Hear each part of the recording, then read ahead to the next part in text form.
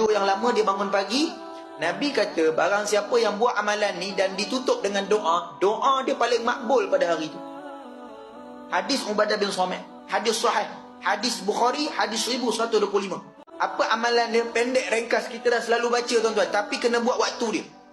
Bangun pagi, tidur, bangun pagi, awal pagi, jangan tengok telefon lagi. Bangun pula kena duduk dulu 2-3 minit. Jangan bangun terus berdiri ambil sembahyang kelang kabut.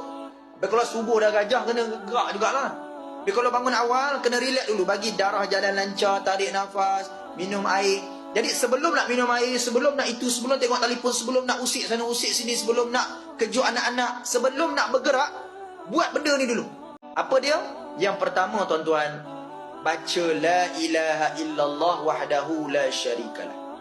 Kalau boleh panjang, sambung la ilaha illallah wahdahu la syarikalah, lahul mulku wa lahul hamdu.